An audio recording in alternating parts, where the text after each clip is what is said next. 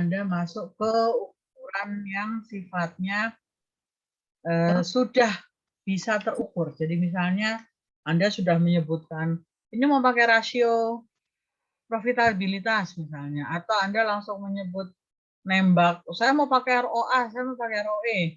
Jangan ya. Jadi judul hipotesis itu harus berada di tataran konsep atau konstruk. Tujuannya ya supaya dia masih memungkinkan pengembangan. Ya. Jadi kalau kita bicara tentang konsep, misalnya konsep profitabilitas.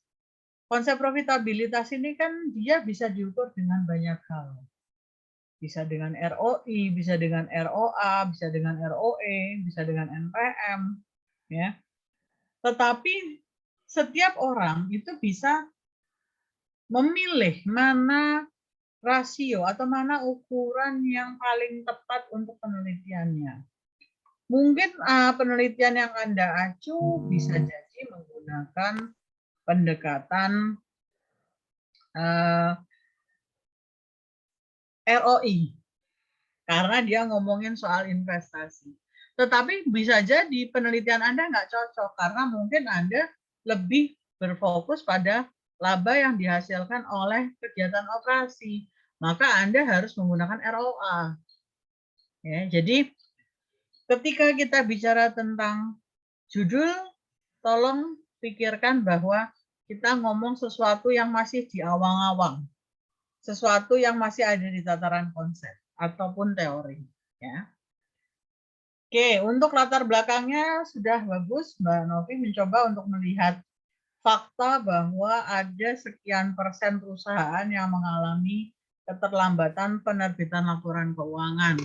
Akan lebih bagus lagi kalau nanti Mbak Novi mencoba untuk mencari apa implikasi atau apa dampak dari keterlambatan pelaporan keuangan itu baik bagi perusahaan sendiri, bagi si investor ataupun bagi pihak-pihak lain, ya. Akan lebih bagus kalau ada dampak atau implikasi keterlambatan penerbitan laporan keuangan, ya, terhadap stakeholder. Itu untuk latar belakang, ya, fenomena yang sudah ada, kemudian masalahnya sudah teridentifikasi dengan jelas. Nah, kemudian juga di sini Pak Novi berusaha untuk membidik ada gap penelitian, yaitu perbedaan hasil beberapa penelitian yang terkait dengan audit delay, khususnya keterkaitannya atau hubungannya dengan beberapa faktor, misalnya profitabilitas, kemudian likuiditas ataupun solvabilitas. Ada inkonsistensi, oke, itu bisa menjadi dasar untuk menguatkan argumentasi kita mengapa penelitian ini perlu kita lakukan. Oke, itu untuk judul dan di bab 1. Untuk tujuan sudah saya tangkap, sudah perumusannya sudah bagus. Kemudian yang berikutnya adalah bab 2. Bab 2, oke, tadi saya lihat sudah ada gambaran tentang beberapa peraturan yang berkaitan dengan audit delay. Nah, hanya mungkin nanti perlu ada penjelasan lebih khusus, ya, terutama nanti di bab 3. Bab 3 itu tidak hanya tentang sampel, ya. Jadi bab 3 itu pada prinsipnya ada beberapa hal yang harus disampaikan. Pertama, pendekatan penelitian, ya. Yang kedua adalah sampel dan populasinya ataupun data, kita sebut sebagai data. Ada juga menyebut data dan sumber data, ya. Kemudian samplingnya seperti apa, kemudian definisi operasional. Nah, ini yang paling penting. Jadi nanti di bab 2 dan di bab 3 harus ada gambaran tentang definisi operasional masing-masing variabel. Bagaimana Mbak Novi mendefinisikan firm size. Karena firm size itu macam-macam. Ada yang menggunakan log aset, ada yang menggunakan total aset dibagi penjualan, ya macam-macam. Nah, harus ada definisi operasionalnya, dan jangan lupa definisi operasional itu mengacu pada pendapatnya siapa atau mengacu pada penelitiannya siapa.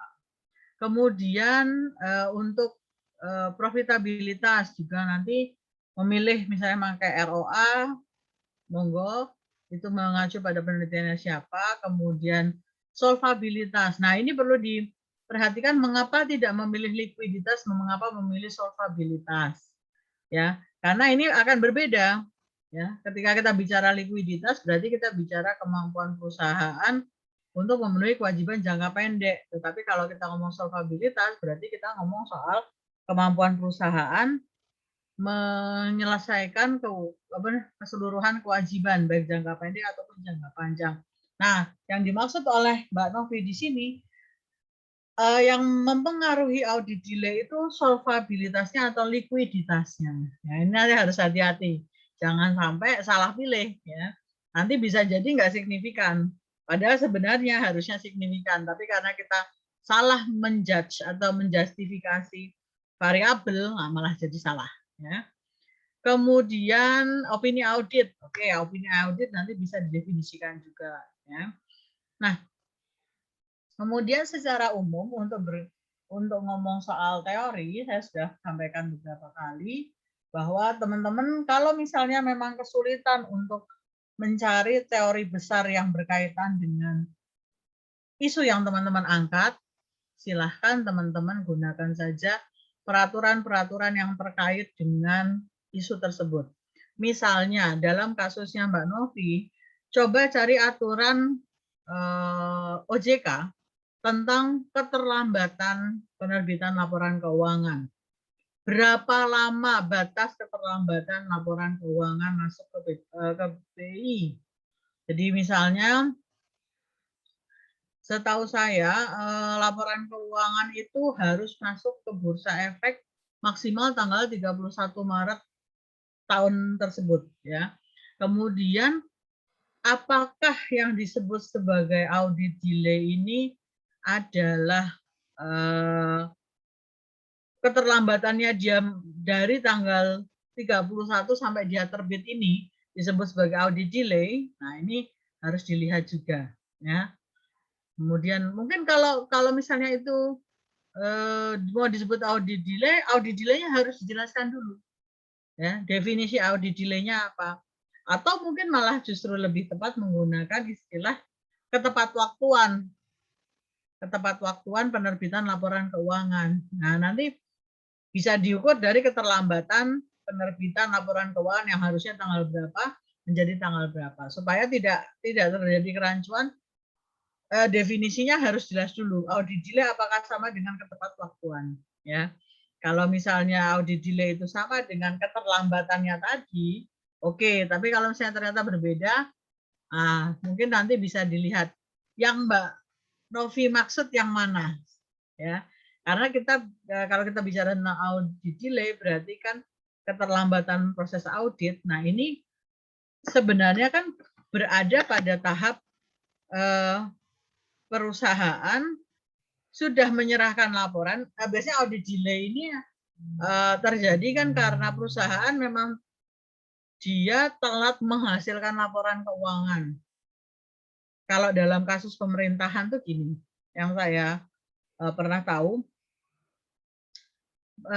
pemerintah ataupun suatu SKPD, ya, Satker misalnya, dia menyerahkan laporan keuangan itu harusnya tanggal 31 Maret. Tetapi kemudian dia itu tanggal 31 Maret menyerahkan itu, nanti akan diperiksa oleh BPK. Nah, kemudian BPK itu harus mengeluarkan opini paling lambat itu tanggal 31 Mei. Ya. Nah, yang disebut sebagai audit delay adalah apabila opini audit yang keluar itu lebih dari tanggal 31 Mei. Ini dari kasus yang saya pernah tahu di pemerintahan. Jadi 31 Maret itu adalah batas pemerintah daerah ataupun Satker menyerahkan laporan keuangan, kemudian diperiksa BPK, tanggal penerbitan audit itu maksimal tanggal 31 Mei. Nah, yang disebut sebagai audit delay adalah berapa lama laporan keuangan itu terbit setelah tanggal 31 Mei. Jadi misalnya sebuah satker itu dia terbit, laporan keuangannya terbit tanggal, taruhlah tanggal 20 atau tanggal 30 Juli, ya, berarti keterlambatannya berapa? 60 hari. Karena terhitung sejak 31 Mei. Pendapatnya audit itu 31 Mei. Harusnya tanggal 31 Mei pendapat audit sudah terbit. Tapi karena si satker tadi telat menyerahkan laporan keuangan, dia baru keluar pendapatnya tanggal 31 Juli. Berarti kan dia sudah telat 60 hari. Nah, 60 hari ini yang kita sebut sebagai audit delay. Nah, apakah yang dimaksud oleh Mbak Novi seperti itu? Karena setahu saya, perusahaan itu paling lambat harus menyerahkan laporan keuangan tanggal 31 Maret. Nah, sekarang kita mau ngitung audit delay-nya dari mana? Karena yang namanya laporan keuangan yang sudah terbit, itu harus sudah diaudit. Ya kan? Apakah kita mau menyebut audit delay-nya itu dia misalnya terbit tanggal laporan keuangan ini terbitnya tanggal 30 April, apakah kita mau menyebut dari tanggal 31 Maret sampai tanggal 30 April ini sebagai audit delay? Nah, ini kan harus jelas juga. Ya. Tapi kalau kita pakai ketepat waktuan, ini kita bisa mengatakan bahwa dia tidak tepat waktu, tidak tepat waktunya berapa? 30 hari. Karena batas pengumpulannya tanggal 31 Maret, dia terbitnya tanggal 30 April. Sampai sini Mbak Novi bisa paham ceritanya? Sudah cukup paham, Bu. Nah, ya, oke. Ya, karena takutnya kalau nanti konsepnya keliru, kesananya bisa bahaya, ya. Nanti bisa salah konsep nantinya. Nanti tolong dilihat lagi konsep audit delay-nya yang seperti apa. Kemudian untuk hipotesis, bisa ditunjukkan Mbak hipotesisnya tadi yang disampaikan pada teman-teman.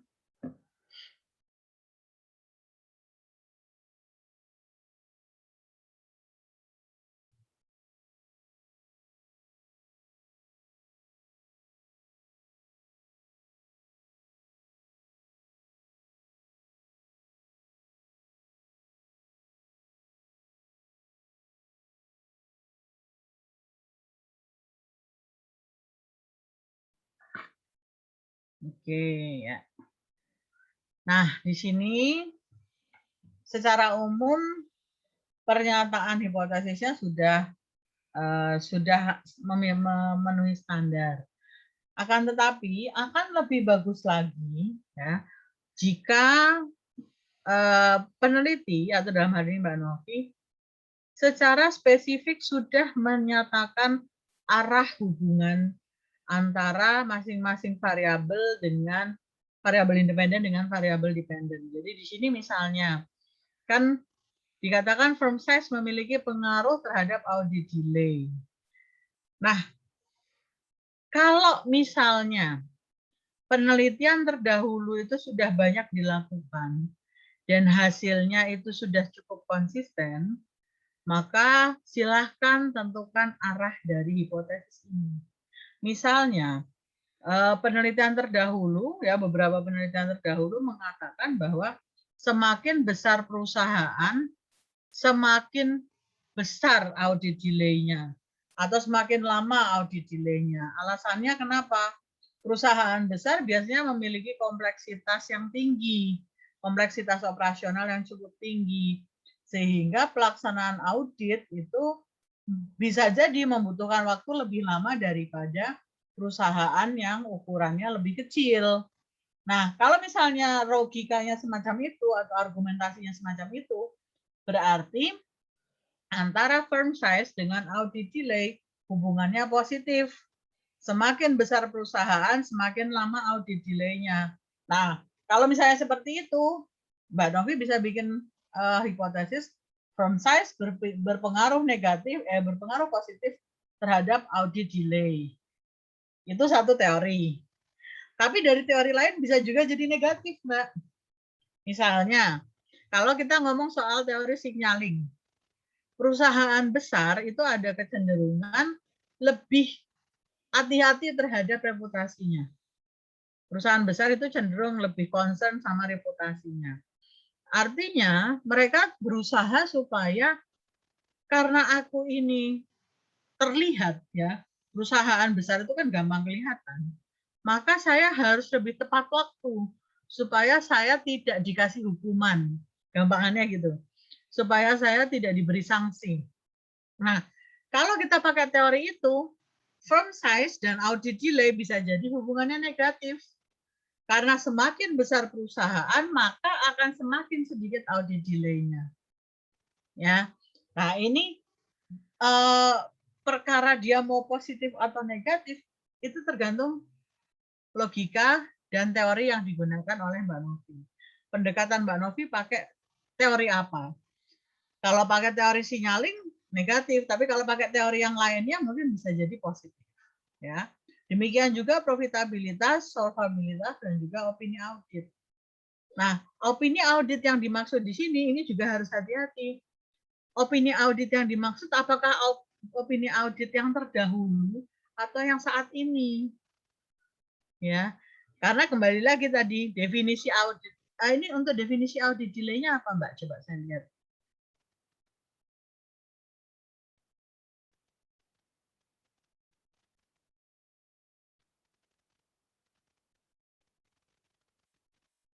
Oke, keterlambatan laporan keuangan yang melebihi batas pelaporan dan diukur dari penutupan buku hingga terbit laporan auditor. Oke, kalau ini berarti kita pakai asumsi, Mbak.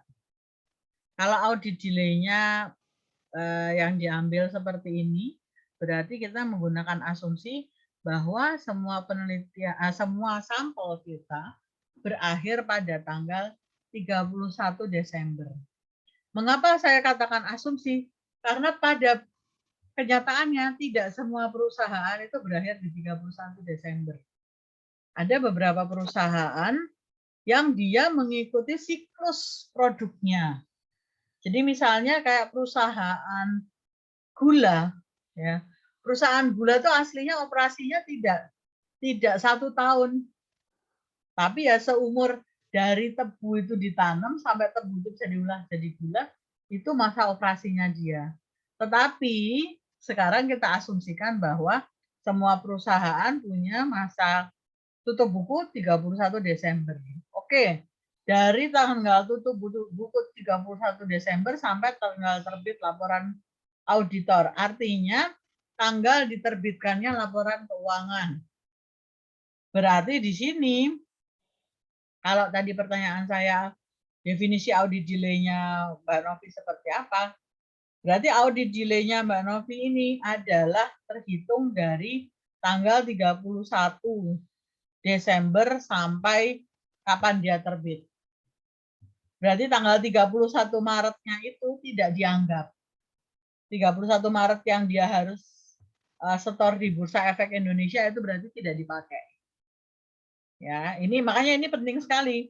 Nah, kalau misalnya seperti ini, ya, berarti opini audit yang dimaksud itu adalah opini audit pada periode delay-nya ini sama periodenya.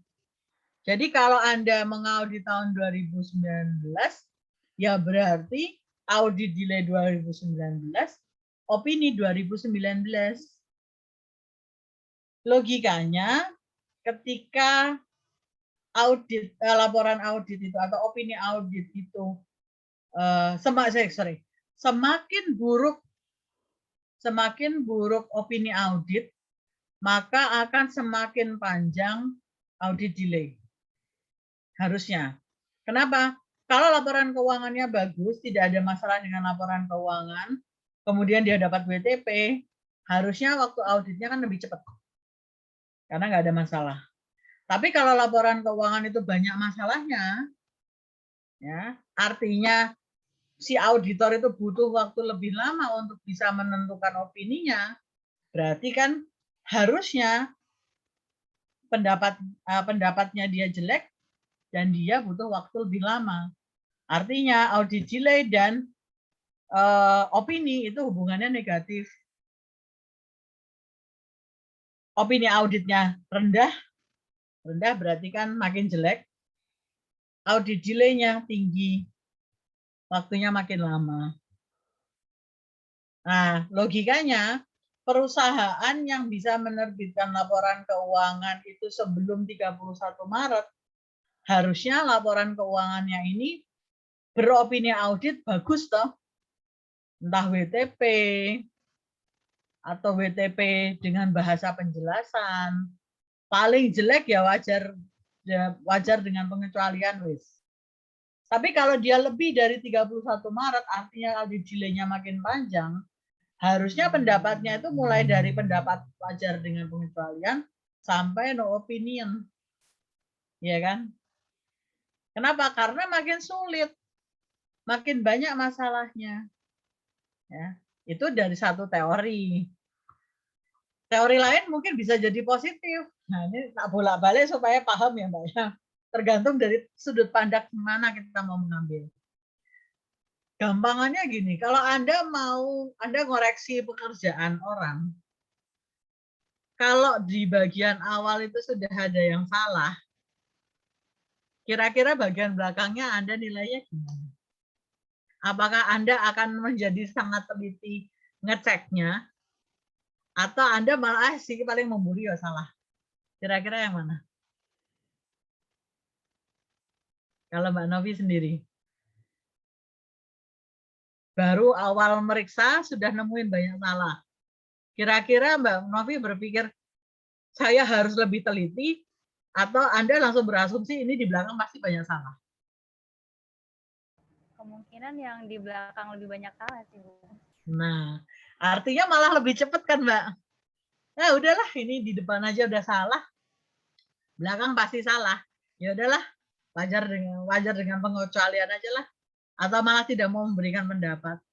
Berarti kalau misalnya dengan teori seperti ini, maka audit delay dan opini audit malah justru berhubungan positif. Semakin rendah pendapat auditor, semakin sedikit audit delay. Karena auditor nggak butuh waktu lama untuk menyatakan bahwa laporan keuangan ini tidak wajar. Mau aneh kok, ya kan? Untuk mengatakan aneh dengan mengatakan bagus itu kan lebih butuh waktu banyak bilang bagus toh daripada bilang aneh. Ya, ini makanya tergantung nanti Mbak Novi mau membidik dari sudut pandang mana sesuai dengan teorinya. Ya, ini yang saya selalu katakan bisa jadi yang kita sebut sebagai inkonsistensi hasil atau ketidaksamaan hasil antara satu penelitian dengan penelitian lain belum tentu karena salah. Bisa jadi karena teorinya beda. Ya, teori yang berbeda bisa menghasilkan hubungan antar variabel yang berbeda. Nah, apakah itu salah? Enggak, sama sekali enggak salah. Justru itulah yang kita sebut sebagai memperkaya pola sudut pandang. Kalau kita melihat dari sisi kanan seperti ini, dari sisi kiri seperti ini, dari atas begini, dari bawah begini, akhirnya masalah itu menjadi objektif. Oh, ternyata seperti ini tuh masalahnya. Oh, harusnya begini. Ya. Ini untuk bab 2. Bisa dipahami ya, teman-teman juga. Tidak hanya Mbak Novi, tapi teman-teman juga saya harapkan bisa mengikuti ya. Kemudian di bab 3. Nah, ini bab 3, saya minta ditunjukin dulu syarat purposive sampling-nya, Mbak. Syarat purposive sampling-nya. Nah, oke, ya. Jadi kalau untuk populasi dan sampel, sebaiknya yang Anda sebutkan adalah jumlah populasinya saja dulu. Jadi di sini yang Mbak Novi sebutkan cukup yang 193 perusahaan manufaktur saja. Nah, 193 perusahaan manufaktur ini adalah perusahaan yang memang terdaftar dari 2017 sampai 2020. Itu harus dipastikan bahwa dia memang ada di situ. Atau kalau misalnya Anda tidak yakin, silahkan Anda sebutkan saja populasi yang digunakan dalam penelitian ini adalah perusahaan manufaktur yang terdaftar di Bursa Efek Indonesia periode 2017 sampai 2020 tanpa menyebutkan jumlah. Saya cenderung pada seperti itu. Karena asumsinya sampai di bab 3 ini Anda belum melakukan penelitian, Anda baru membuat rencana penelitian. Kemudian berikutnya adalah untuk purposive sampling-nya, syarat purposive sampling. Nah, namanya saja purposive sampling, sampel dengan tujuan tertentu, maka Anda harus menyebutkan beberapa kriteria agar sebuah objek atau di dalam hal ini sebuah perusahaan bisa masuk menjadi sampel Anda. Nah, yang pertama tadi sudah disebutkan adalah perusahaan manufaktur. Dia harus perusahaan manufaktur, artinya dia melakukan pengolahan yang terdaftar pada periode 2017 sampai 2020. Ini syarat utamanya. Nah, ini yang saya takut bisa salah paham adalah yang kedua dan kedua, tiga, dan keempat. Jadi kalau kita mengatakan bahwa perusahaan manufaktur yang terdaftar di Bursa Efek Indonesia periode ini, berarti kita akan mengeksklud, kita akan mengeluarkan perusahaan yang delisting. Kita justru tidak akan memakai dia. Ya, kita tidak akan menggunakan perusahaan yang delisting. Kemudian yang tidak konsisten menerbitkan laporan keuangan juga tidak kita keluarkan, tidak akan kita gunakan atau kita keluarkan. Dan yang ketiga adalah kalau dia tidak menerbitkan laporan keuangan dalam satuan rupiah, dia juga dikeluarkan. Artinya syaratnya satu, harusnya perusahaan manufaktur terdaftar di Bursa Efek Indonesia periode 2017 sampai 2020. Yang kedua, perusahaan tidak mengalami delisting. Tidak mengalami delisting selama periode 2017 sampai 2020. Kemudian yang ketiga, perusahaan secara konsisten menerbitkan laporan tahunan selama periode 2017 sampai 2020. Kemudian yang keempat, perusahaan menerbitkan laporan keuangan dalam mata uang rupiah. Ya, jadi justru nanti purposive sampling-nya Mbak Novi kriterianya begitu. Kalau seperti ini nanti perusahaan yang delisting dimasukkan. Perusahaan yang tidak konsisten nanti dimasukkan. Yang tidak pakai rupiah juga dimasukkan. Padahal maksud kita yang kita gunakan hanya satu perusahaan yang terdaftar dalam periode ini, dia tidak delisting, dia konsisten, dan dia menggunakan mata uang rupiah. Ya, ini untuk populasi dan sampelnya. Ya. Jadi untuk kembali lagi saya sampaikan, untuk populasi dan sampel sebaiknya tidak usah disebutkan jumlah-jumlahnya. Karena Anda melaporkan berapa jumlah yang diperoleh menjadi sampel, itu ada di bagian bab 4. Penjelasan tentang data di bab 4 itu, di sana Anda bercerita berapa sampel yang Anda peroleh berdasarkan hasil purposive sampling Anda. Ya, jadi jangan di bab 3, tapi di bab 4 saja. Oke, kemudian yang saya ingin lihat lagi adalah tolong di ini ya Mbak, apa namanya, uji hipotesisnya. Di bab 3 uji hipotesisnya. Oke ya. Jadi untuk menganalisis data, oke, pertama kita menggunakan data statistik deskriptif itu sebenarnya untuk membantu membaca sebaran data. Apakah ada data-data yang sifatnya outlier atau data-data yang sifatnya terlalu ekstrim dibandingkan dengan teman-temannya. Ya, misalnya rata-ratanya apakah rata-rata, kemudian yang terendah, yang tertinggi itu terlalu jauh. Kalau terlalu jauh berarti salah satunya ada yang ekstrim. Ya. Kemudian standar deviasinya apakah besar, ya, itu kita lihat juga. Nah, kemudian untuk uji hipotesis, nah ini yang saya ingin sampaikan pada teman-teman. Kalau Anda menggunakan uji hipotesis dan dianalisis dengan regresi linear berganda, jangan melakukan uji T masing-masing variabel secara sendiri-sendiri, teman-teman. Jadi sudah Anda sekali melakukan, Anda ngeran, ya istilahnya kalau kita menguji statistik itu kadang kita menggunakan istilah running ya, running data, ngeran data. Anda cukup sekali menggunakan model ini saja. Jangan kemudian uji asumsi, uji asumsi klasik ini adalah uji kelayakan data ya, jadi bisa kita anggap sebagai bagian dari uji awal ya. Nah, seringkali mahasiswa itu menganggap uji F, uji koefisien, uji koefisien determinasi atau R-square, kemudian uji T ini sebagai hal yang berbeda.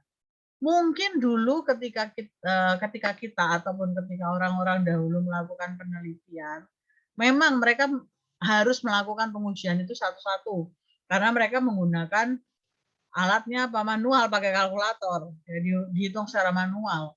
Tapi karena sekarang kita sudah menggunakan alat bantu software statistik, maka kita langsung sekali running. Jadi jangan sendiri-sendiri. Jadi sekali Anda masuk ke SPSS, langsung Anda masukkan semua variabel ini. Dan Anda akan langsung dapatkan ya, F-nya berapa, R-square-nya berapa, T-nya masing-masing berapa sudah langsung ketahuan. Jangan kemudian Anda pecah-pecah lagi. Y sama X1, Y sama X2, Y sama X3, Y sama X4. Jangan. Kalau seperti ini kemungkinan besar bisa signifikan semua. Ya. Tapi justru yang harus Anda lihat adalah pada saat dia running bareng kayak gini seperti apa. Nah, disinilah Anda bisa melihat yang namanya F. Nilai F itu adalah goodness of fit. Kesesuaian model membidik teori yang Anda pakai. Atau kesesuaian model itu menggambarkan hubungan antar variabel yang sedang Anda teliti. Goodness of fit, F itu. Kalau F-nya nggak signifikan, artinya model Anda keliru. Atau model Anda tidak fit dengan teori yang Anda sedang uji. Ya. Uji kemudian koefisien determinasi. R-square, Anda tinggal lihat saja R-square-nya berapa. Kalau R-square itu tidak pernah nilainya di atas 1. Karena kalau sampai 1 artinya hubungannya sempurna. R-square sendiri artinya adalah kemampuan variabel-variabel independen X1, X2, X3, X4 menjelaskan variasi pada Y atau variabel dependen. Misalnya R-square-nya adalah 34% atau 0,34, artinya variasi Y atau variasinya nilai Y ini 34% dijelaskan oleh X1, X2, X3, dan X4. Seperti itu. Kemudian untuk nilai T-nya, T ini adalah untuk melihat apakah koefisien masing-masing variabel ini signifikan. Artinya kalau dia signifikan, artinya dia terdukung hipotesisnya. Jadi kalau misalnya tadi dugaannya X1 itu adalah positif, kemudian ternyata pada saat Anda melakukan uji uji statistik dengan linear berganda, X1 ini koefisiennya dia positif dan signifikan, artinya hipotesis Anda untuk X1 itu terdukung ya. Kemudian misalnya X2 tadi nilainya negatif, ternyata di sini negatif juga dan dia signifikan hasilnya. Berarti di sini hipotesis 2 Anda terdukung. Ternyata X3 Anda menduga hubungannya positif, ternyata di sini koefisiennya negatif, walaupun dia signifikan, berarti hipotesis Anda tidak terdukung. Ya, demikian juga X4, kalau misalnya X4 Anda tadi menduga positif, ternyata hasilnya negatif, walaupun dia signifikan, maka tidak terdukung. Dan tolong biasakan menggunakan kata terdukung. Hipotesisnya terdukung, bukan hipotesis ditolak, hipotesis diterima, tapi hipotesisnya terdukung. Kalau secara statistik memang ditolak dan diterima, karena kita bicara soal daerah penerimaan dan daerah penolakan kalau kita ngomong soal kurva normal. Tetapi kalau kita ngomong pada tataran hipotesis, maka hipotesis itu terdukung atau tidak terdukung. Supported atau not supported. Ya, seperti itu. Oke, ini untuk penelitian, rencana penelitiannya Mbak Novi. Mudah-mudahan teman-teman sudah lebih jelas juga. Ini kebetulan contoh yang rencana yang diajukan Mbak Novi cukup bagus. Jadi menurut saya teman-teman harusnya sudah bisa menangkap lebih jelas arah bagaimana menyusun proposal itu supaya lebih executable atau lebih bisa dilaksanakan. Oke, silakan untuk presenter selanjutnya atau yang berikutnya yang mau menyampaikan proposalnya. Siapa? Saya persilahkan.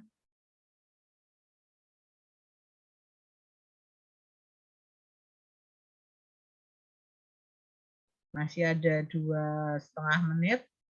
Nanti kalau sudah putus ya kita masuk ke Zoom lagi. Monggo.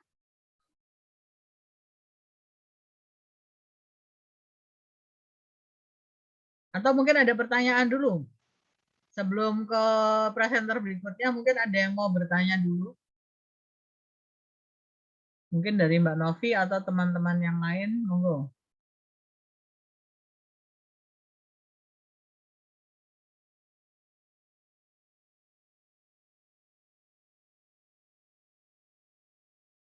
Apakah sudah cukup jelas?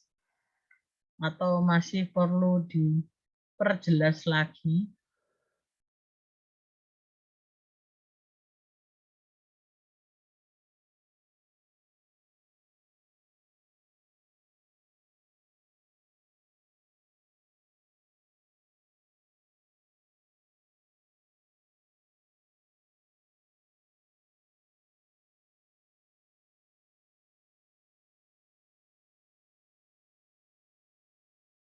Oke, monggo.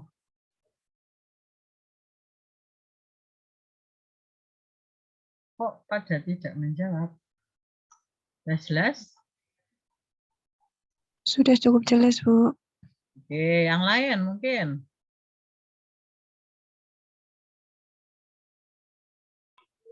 Ibu mohon maaf, ada yang Oke. bertanya melalui chat, Bu. Oh, oke. Oke, apakah mengenai proposal yang sudah kami kumpulkan? Oke, jadi begini. Anda silahkan resubmit ya, mensubmit ulang. Tapi Anda tidak proposal yang kemarin tetap biarkan saja, tapi Anda silahkan mensubmit ulang atau mengumpulkan ulang. Nanti akan saya buat wadahnya di pertemuan ke-15 ya. Saya akan melakukan resubmit, mengizinkan Anda untuk meresubmit pertemuan ke-15. Ya, jadi silahkan Anda buat perbaikan atas proposal Anda, tetapi nanti dikumpulkannya di pertemuan ke-15. Untuk saat ini yang masih ada di saya yang